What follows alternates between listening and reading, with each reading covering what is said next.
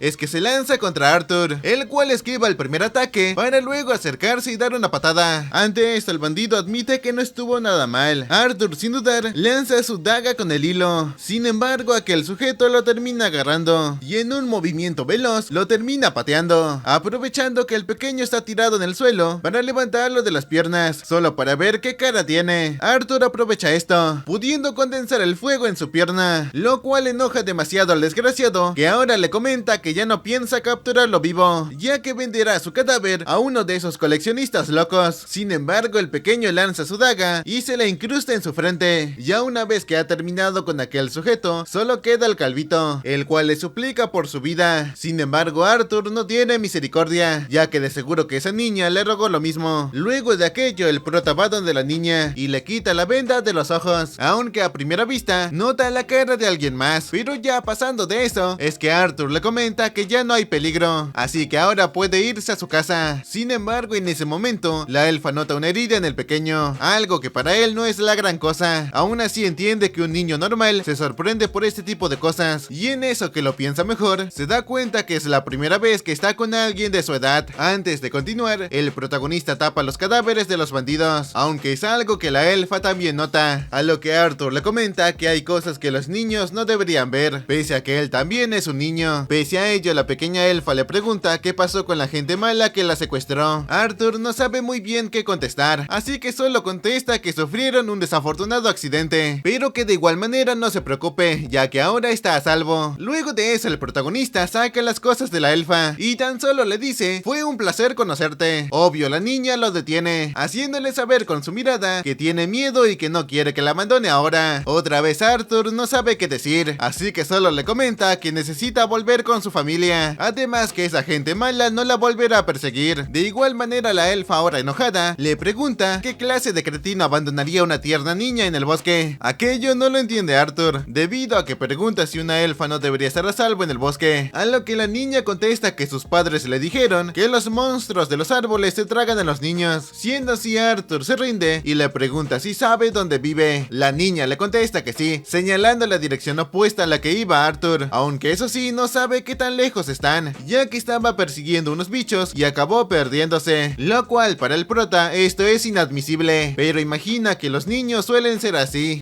que desde el fondo de su ser supone que no la puede abandonar sin más, aunque en eso a la elfa le preocupan los lobos, así que propone que los debería soltar, ya que si los abandonan ahora morirán. Y pese a que el prota tiene sus dudas, es que la elfa los termina liberando, diciéndole que no pasa nada, ya que solo los usaba esa gente mala, además que el pueblo del bosque aprecia toda forma de vida. Una vez terminado con esto, es que ahora sí van en busca de la casa de la elfa. A la mañana siguiente, deciden descansar un poco, y Arthur aprovecha esto para preguntarle su nombre, a lo que esta contesta que se llama Tessia Eralith. De la misma manera, el prota se presenta, es ahí que le da un plato de comida que ha cocinado, mencionándole que debe de tener hambre, y aunque no la tenga, debería de comer algo. Aquellas palabras son las mismas que Sylvia le dijo cuando estaban en la cueva, haciendo pensar a Arthur que está empezando a sonar como ella. En eso, Tessia prueba la comida, y obviamente no le gusta, esto debido a que solo es carne seca hervida con un poco de sal. El pequeño en su mente comenta que siempre ha considerado la comida poco más que un medio para nutrirse, recordando ahora los momentos que comía en familia, agregando que en cuanto a comportarse como un niño, deberá de aprender bien de Tessia. Esta última le pregunta qué hace en el bosque de Elshire, a lo que este le contesta que podría decirse que se separó de su familia, haciéndole pensar a Tessia que al igual que ella, también está perdido. En el camino, Arthur le pregunta cómo son las cosas en el país de los elfos, a lo que la niña le contesta que el nombre del país es Elenoir, y es divertido, además que como sus padres están muy ocupados, pasa mucho tiempo con sus abuelos y cuidadores, y así pasaron más tiempo juntos. Sin embargo, aún no había ningún indicador del paradero de Elenoir. En uno de esos momentos, es que la elfa le mostró uno de los bichos que habían en Elenoir, los cuales siempre usan para para marcar caminos, incluso le pone uno como si fuera un pendiente, lo cual hace pensar a Arthur si así juegan los niños. Mientras más caminaban, la albina le comentó que cuando despierte su maná, irá a entrenar a casa de su maestro, algo que asombra a Arthur, ya que le asignan un maestro. Por ende le pregunta si acaso no hay educación organizada, algo de lo cual Tessia no conoce. En eso vemos como un lobo los andaba siguiendo, y esa misma noche es como escuchan aullidos a lo lejos, lo cual Arthur reconoce como uno de los lobos cornudos de antes, así que piensa que los debió de haber matado. Por esto mismo Arthur le pide a la albina que duerma, pero esta se preocupa más porque duerma Arthur. Aún así decide hacerle caso. Cuando el prota ya está solo, se pregunta qué era lo que Sylvia le quería dar, aunque es ahí que Tessia de nuevo le pregunta si de verdad no necesita dormir, contándole que su abuelo le dijo que no debe dormir con hombres, pero le grita que no se lo contará a nadie. Pese a ello, Arthur le pide que no se preocupe y que mejor descanse. Pese a ello, la albina de nuevo sale, ya que le cuenta que si está afuera, otras personas se darán cuenta que hay niños y acabarán metiéndose en problemas. Sin embargo, Arthur le pregunta si le dan miedo los fantasmas, lo cual esta niega, gritando que solo piensa en la seguridad de ambos, siendo que por eso cree que debería vigilar desde dentro de la tienda. Sin más opción, Arthur hace caso. Ya una vez adentro, es que Tessia le deja en claro que no es porque tenga miedo, pero que de igual manera que se quede ahí y que no salga sin decírselo, incluso que la acompañe si en caso va al baño, algo de lo cual el pequeño acepta. En eso Tessia tiene curiosidad sobre el reino humano, contándole que dicen que los hombres humanos son unos cochinos y que tienen muchas esposas, aunque la elfa no sabe qué significa la palabra cochino. De igual manera el prota le hace saber que las únicas personas con varias esposas son ciertos aristócratas, aunque de igual manera no lo escucha, ya que se durmió rápido, a la vez que mientras la ve, se pregunta si esto es lo mismo que tener una hermana menor. Al día siguiente, siguen caminando como es de costumbre, notando a Arthur que Tessia se siente cada vez más cómoda con él, hasta incluso pareciese que se hubiese olvidado de los esclavistas, aunque también destaca que quería reunirse con su familia lo antes posible, pero ahí nos cuenta que ocurrió algo inesperado, siendo este un dolor insoportable que sentía emanar de su núcleo de maná, así que la albina, muy preocupada, decide buscar hierbas para curarlo, y aunque Arthur no quería esto debido a que era muy peligroso, el dolor no mejoró y cada vez se hizo más frecuente, pero aún así no le quiso contar a Tessia, ya que solo la preocuparía. Justo en ese momento que andaba descansando en un árbol, es que aparece uno de los lobos cornudos, el cual le trajo un pequeño cerdito. Tessia llega al lugar, trayendo algo que se supone que ayuda cuando le duele la barriga, pero en ese momento, el lobo deja el cerdo en el suelo y solo se va, lo cual hace pensar a la albina que solo les quería devolver el favor. Gracias a esto, es que esa misma noche pueden comer una carne bien suave, la cual hasta el prota admite que está muy rico. Tessia agrega que no encontró ninguna hierba, pero sí unos hongos muy nutritivos, ya que en el Enoir las mujeres siempre las comen. Sin embargo, cuando Arthur las prueba, es que al final le terminan dando gases, demostrando así que aquellos hongos son demasiado fuertes para los hombres. Ya cuando estaban dentro de la tienda, es que Arthur no puede evitar sentirse cansado y se termina durmiendo, mientras que la albina le contaba que quería ir al reino humano. Sin embargo, había gente mala, además que por eso la gente de Enoir no confía en la gente de otros países, más aún en los humanos. Al notar que el pequeño se ha dormido, es que lo decide tapar. Al día siguiente continúan caminando, a su vez que vemos como el prota todavía siente aquel dolor. En eso la elfa lo detiene, preguntándole si le parece bien que lo llame Art, como si fueran amigos, a lo que Arthur le contesta como quieras, algo que molesta a la elfa, preguntándole si eso es todo. Ante esto el prota le contesta que para un pueblerino de baja cuna como él, acompañar a doña Tessia Eralis es un honor que no merece, cosa que para Tessia le parece una broma de viejo. Pero bueno, ya pasando de eso, es que Arthur anda pensando sobre la palabra amigos, debido a que recuerda todo lo que ha hecho. Tessia en ese momento encuentra el portal hacia su casa, o sea hasta el Enoir, el país de los elfos, aunque en el momento que quiere entrar, es que también se lleva de paso a Arthur. Pero cuando ya llegan al lugar, es que un montón de soldados aparecen, los cuales comentan que el uso de un portal se alertó de inmediato, para posteriormente atrapar a Arthur, y aunque este pide ayuda a Tessia, esta solo se queda parada. Los guardias se ponen más violentos y gritan que lo maten. En la mente de Arthur, este piensa que se ha dejado llevar demasiado, confiando en la inocencia de esa niña. Sin embargo, en ese momento que iban a matar a Arthur, es que Tessia por fin interviene. Los soldados le contestan que es peligroso, ya que es uno de esos humanos violentos. Tessia, enojada, les hace saber que Art no es peligroso, pues la ha salvado. Aún así los guardias no lo sueltan y se enojan aún aún más llamándolo miserable humano, debido a que piensan que está fingiendo ayudar a la niña solo porque la quiere manipular. En eso al lugar llega un elfo más viejo, el cual da la orden de que liberen al humano, algo que los soldados de inmediato hacen, debido a que aquel anciano es el abuelo de Tecia y el antiguo gobernante del reino de Lenoir, Virion Eralith. Este mismo agradece a Arthur por haber ayudado a su nieta, la cual es la princesa de Lenoir, cosa que sorprende demasiado a nuestro protagonista. Al ver esto, el anciano le pregunta a su nieta si acaso no se lo había dicho, algo que ésta se lo confirma. En ese momento también llega al lugar el padre y madre de Tecia. Obviamente esta última va corriendo a abrazar a sus padres, ya que estaba muy preocupada y con mucho miedo. No obstante, el padre pregunta qué hace un humano entre ellos, gritándoles a los guardias qué están haciendo, ya que deberían detener al humano de inmediato. El anciano le contesta que les dijo que pararan, puesto que salvaje o no, el chico salvó a Tecia y la devolvió con vida, algo que Tecia también confirma, gritándoles que no sean malos con Art, y así acercándose al protagonista, le pide que venga con ella, ya que quiere que pruebe sus golosinas favoritas, preguntándole a su padre si es que puede. Obviamente lo mira muy feo para que este acepte, y la verdad esto funciona. Sin embargo, ahí el abuelo le hace saber a Arthur que ya hablarán más tarde. El prota se pone más serio, preguntándose qué es esto, pues percibe una fuerza inexplicable del abuelo, pero es interrumpido por Tecia, la cual se lo lleva a la fuerza. Ya en las calles de Lenoir, el prota nota como la gente lo mira mal, dándose cuenta que los libros que leyó eran precisos, pues parece que la relación entre los elfos y los humanos es muy delicada debido a conflictos pasados. Aparte de ello, destaca que le cuesta creer que llegara a ver una civilización tan única. En eso nota como Tecia se voltea y camina mientras lo ve, lo cual le hace recordar a Arthur la cara que puso la elfa cuando lo atraparon, preguntándose así cuál era el motivo. Además también el dolor que siente en su núcleo, pensando en cualquier caso que no puede permitirse bajar la guardia de nuevo. Ya una vez en el palacio, Tecia le pide a sus sirvientas que traten bien a su salvador, dejando en claro que no pasa nada, ya que Art no es un humano malo. Sin embargo, en la mente de Arthur, no sabe cómo espera que reaccionen. En eso, mientras Tecia pensaba que podían hacer, es que al lugar también aparecen sus padres. Arthur la interrumpe, preguntándole si quiere que explique cómo llegaron aquí. Siendo así como ahora todos sentados, el rey le pide que empiece a hablar. Sin embargo, el prota pregunta si no pasa nada si la princesa está presente, a lo que la albina le contesta que claro que no, y algo preocupada, le pregunta a Arthur qué hace de pie, pidiéndole así que se siente, y aunque el pequeño no está seguro, al final lo obligan. Al ver cómo todos están sentados, es que la albina propone que si van a estar hablando, deberían merendar. Por ende, ahora los vemos a todos listos para comer, ocasionando que Arthur se pregunte si esto está bien. En eso el rey empieza a hablar, presentándose como el padre de Tecia, el cual tiene como nombre Alduin Eralith, mientras que la madre de Tecia se llama Merial Eralith, y como sabemos el abuelo se llama Virion Eralith, el antiguo rey de Lenoir. Con todo esto dicho, el pequeño también se presenta como Arthur Lewin, el cual viene de una humilde ciudad del reino de Sapin, agregando que su estatus no le permitiría una audiencia con un rey y menos con el soberano de los elfos. Por ende, inclinado, destaca que le honra de sobremanera esta oportunidad que se le brinda, lo cual hace pensar al rey que para ser de origen humilde lo han educado bastante bien, así que ahora le pide que cuente lo que pasó, siendo así como el prota le cuenta cómo se separó de su familia tras la emboscada de los bandidos, omitiendo ciertos detalles, haciéndonos saber que no mintió, pero tampoco dijo toda la verdad. Al oír que su hija estaba siendo secuestrada por esclavistas, es que el rey se enoja demasiado, gritando que esos bárbaros humanos eran los responsables. Ante aquello, Arthur muy educadamente le contesta a su majestad que los traficantes de esclavos comparten profesión pero no raza. El abuelo de Tecia le pregunta a Arthur qué hizo un niño como él para salvar a su nieta, si acaso negoció con ellos o suplicó que la soltaran. Arthur ante esto le hace saber que no hizo nada de eso, revelando que aunque sea un niño, también es un hechicero. Sin embargo, esto para el rey le es algo difícil de creer, pero ahí su hija se levanta, confirmando que Arthur la salvó de ellos. Uno de los guardias enojados levanta su espada, estando seguro de que engañó a la princesa para infiltrarse en el Lenoir. Virion interviene, gritándole al guardia que baje la espada y que no lo piensa repetir. La albina continúa hablando, defendiendo a Arthur a toda costa, haciéndole saber que la salvó de aquellos bandidos que la querían vender. En ese momento la madre de Tecia la abraza para que no recuerde recuerde aquello. Mientras que Alduin, mirando a Arthur, le comenta que ahora le cree, algo que el pequeño agradece, agregando que hay otra cosa que desea preguntar, siendo esto que lo único que desea es volver a Sapin con su familia. Alduin le pregunta si acaso como recompensa por salvar a Tessia, pide que lo ayuden a volver a Sapin, echándole en cara que tras vivir en carne propia la hostilidad que sienten por los humanos, aún así exige que le muestren gratitud a uno de ellos, a lo que el pequeño prota le contesta que ya que los elfos afirman tanto que los humanos son unos salvajes, supone que jamás cometerían ningún acto salvaje en su contra, dejando así sin palabras al rey, el cual solo le menciona que sea como sea, el odio entre los elfos y los humanos no desaparece tan rápido. Sin embargo, al lado de él aparece su hija, la cual lo juzga con su mirada. Por ende, algo más tranquilo, Alduin le cuenta que el portal al reino de Sapin solo se abre al consejo de los gobernantes de las tres razas, el cual se celebra cada 7 años, y este no volverá a abrirse hasta dentro de 5 años. Obviamente el prota al escuchar esto se deprime, ya que es demasiado tiempo. Sin embargo, el rey agrega, y aún así no pueden dejar que un humano viva entre ellos tanto tiempo, así que por ello hará que algunos soldados lo escolten a casa. Esto es un alivio para Arthur, deseando ya poder ver a su familia, pero en ese momento vuelve el dolor en su pecho, mientras que Alduin le informa que le preparará una escolta para mañana por la mañana. Ahora vemos al pequeño duchándose, mientras se pregunta qué está pasando, refiriéndose al dolor en el pecho que está sintiendo, el cual cada vez va empeorando. Después de aquello decide tomar un poco de aire fresco, destacando que se siente bien y le alivia el dolor, pensando que no puede dejar que esto siga así, pues debe entender por qué sufre este dolor, aunque en ese instante ve como Tessia se encuentra con su familia, generando que se pregunte si Reynolds y Alice están bien. Cuando lo piensa mejor, duda que caigan tan fácilmente, así que está seguro que lograron huir sanos y salvos. No obstante, se pregunta si acaso cuando se reúnan sonreirán de esa manera, preguntándose si acaso es posible que alguien sonría y reciba tan cálidamente a alguien como él. Pasando de eso, vemos al prota paseando por ahí, donde justo al lugar llega Tessia, la cual se disculpa porque sus padres y los demás lo han tratado bastante mal, algo de lo cual Arthur no tenía problemas, ya que eso demuestra lo preocupados que los tenía Tessia. Por eso le pide que debe seguir siendo la princesa mimada que es. Tessia, enojada, le grita que de seguro él se pondrá igual cuando se reencuentre con sus padres. Sin embargo, Arthur no está seguro, preguntando si cree que su madre y su padre se alegrarán cuando lo vuelvan a ver, pensando que el hecho de que los bandidos los atacaran es culpa suya. Obviamente por esto es que la albina le aprieta los cachetes, gritándole que evidentemente sus padres están tristes porque no lo pueden ver. Inclusive también le revela que ella ya está triste porque se tiene que ir, y eso que aún no se ha ido. Justo en ese momento empiezan a emerger los insectos luminosos parecidos a luciérnagas, y de hecho Tessia lo confirma, contándole que estas flores se llaman macetas luciérnaga. Aún así Arthur sigue pensando en la mirada que le dio la albina, preguntándose qué es lo que vio en su mirada, aunque en ese momento escucha como la pequeña comenta que le encanta esto, así que Arthur se pregunta con qué estaba peleando, si acaso con la oscuridad de su interior que sigue abrumándolo, como una batalla con su vida pasada. Así que al pensar que es demasiado iluso, se disculpa con la albina, comentándole ahora que a él también le gustan las luciérnagas. Sin embargo, en ese momento, alguien le tira algo a Tessia, pero el prota evita esto y rápidamente se dirige contra el atacante, siendo este Virion. Por ende, Arthur le pregunta cómo se le ocurre hacer eso y si acaso intentaba matar a su propia nieta. Ante esto, el viejo le pregunta si de verdad cree que eso podría matar a alguien. El pequeño abre su mano y descubre que era un engaño. El abuelo, al ver cómo Arthur defendió a su nieta sin dudar, ahora sí le cree que enfrentó a esos esclavistas, agregando que hacía mucho tiempo que alguien no suscitaba tanto su interés, así que ahora le da una espada de madera y manda a la albina a que se siente lejos para ver ahora de qué es capaz nuestro protagonista. Ya empezando con el combate, Arthur nota lo rápido que es el viejo, sin mencionar que es muy fuerte, ya que sus ataques no lo logran alcanzar. Incluso llega un punto en el que el viejo le destruye la espada y un fragmento de esta estaba a punto de impactar contra la albina, pero el prota rápidamente lo desvía y ahora, acumulando su mana, ataca de frente a Virion. No obstante, este lo bloquea sin mucho esfuerzo, notando en ese momento la mirada que tenía el sujeto, recordándole a la mirada de las bestias a las que se enfrentaba en la arena. El viejo, expulsando su poder, manda a volar a nuestro prota, pero Arthur contraataca rápidamente, dándole un golpe en la frente. Aquello es más que suficiente para hacer saber saber al viejo que tiene que ponerse serio. Sin embargo, su nieta lo detiene, dándole un peñisco en el trasero, a la vez que le grita que tiene que contenerse en este tipo de cosas. Pero el abuelo le contesta a su nieta que si lo hubiera hecho, él habría sido la víctima. Ante aquello, el pequeño le comenta que es un honor oír cómo lo sobreestima. Siendo ese el caso, el viejo le propone ser su aprendiz. Si bien esto le gustaría a Arthur, le recuerda que sus padres aún no saben que está vivo. Es entonces que Virion le cuenta sobre una forma de hacer saber a sus padres que está bien. Aquello sorprende demasiado al prota. Sin embargo, en ese instante vuelve a tener ese dolor. Cuando lo ve en ese estado, el viejo le comenta que como lo sabía, heredó la voluntad de la bestia. Además que debe convertirse en su aprendiz, porque de lo contrario morirá. Ahora en un lugar muy oscuro, vemos que dentro de Arthur sale un ser extraño, haciendo que el pequeño se pregunte si ese monstruo representa su ansiedad o tal vez el peso de su responsabilidad. Sin embargo, en eso es despertado por Tessia, la cual obviamente le dice que es hora de levantarse. No obstante, el prota le pide por favor al monstruo de su pesadilla que solo le dé 5 minutos más. Por supuesto, la albina se enoja y a la fuerza lo levanta, echándole en cara que está totalmente despeinado. Arthur sin más opción se empieza a desvestir, a la par que la niña le pregunta si de verdad se va a quedar. El prota le contesta que aún no lo sabe, pero ahora llamando princesa a Tessia, le comenta que cree que lo sabrá cuando vuelvan del viaje. La albina de nuevo se enoja y le peñisca la espalda, gritándole que no la llame princesa, puesto que ya acordaron que la llamaría Tess. Ya saliendo del palacio, Alduin le pregunta por qué permite que su mano se quede, recordándole que dejar que se quede aquí va contra sus tradiciones, preguntándole así por qué insiste, a lo que el viejo contesta que le llama la atención y eso es todo. Al escuchar lo que dicen sus padres, la albina se acerca y les vuelve a repetir que Arthur le salvó la vida, y si bien su padre está agradecido por ello, le grita que eso no le concierne. Virion, sin importar lo que diga su hijo, le pide a Arthur y Tessia que suban. Durante el camino, el pequeño, llamándolo abuelo, le pregunta cuánto falta para llegar con su misterioso amigo. Al oír la palabra abuelo, hace que este sonría, destacando que ahora está más confianzudo. En eso notan como la albina se ha quedado dormida. Virion le cuenta que se ha despertado muy temprano e insistía en saber lo que le pasaría a Arthur, agregando además que debido a su posición como única heredera del trono, ha llevado una vida bastante aislada, y también que amigos superficiales le han roto el corazón. Como resultado, no se acerca a nadie, pero cuando está con Arthur, sonríe con mucha naturalidad, dándole así las gracias por ello. Al escuchar esto, el prota piensa que si está dispuesto a darle las gracias a un niño como él, entonces puede confiar en este hombre. Ya llegados al lugar, Virion, muy agresivo, patea la puerta y grita: "Ya llegamos, vieja bruja". Pero como no pasa nada, el viejo se acerca para escuchar. Justo entonces es que la vieja por fin abre, golpeando al anciano de paso. Ya pasando de eso, Virion les presenta a su vieja amiga, Rhynia Darkazan, la cual es una hechicera con habilidades únicas. Al escuchar esto, el prota supone que sus hechizos no son de los 4 elementos normales. Aquella señora les pide que pasen, puesto que mejor empezar cuanto antes. Ya adentro, Arthur le comenta que el abuelo le dijo que tiene un hechizo que le ayudaría a contactar con sus padres. Al escuchar esto, la anciana molesta a Virion porque se volvió demasiado blando, ya que incluso lo llaman abuelo. Pero bueno, ahora la anciana le comenta a Arthur que ella es lo que llaman vidente, y al ver detenidamente al pequeño, le hace saber que hay algo en él que ni ella puede ver, preguntándole si hoy no está aquí por una profecía, sino para ver a sus padres y decirles que está bien, algo que Arthur se lo confirma. Así que ahora le pide que miren esa cubeta llena de agua y que se concentre e imagine a sus padres. Arthur hace caso, y ahora cerrando los ojos, empieza a imaginar aquello.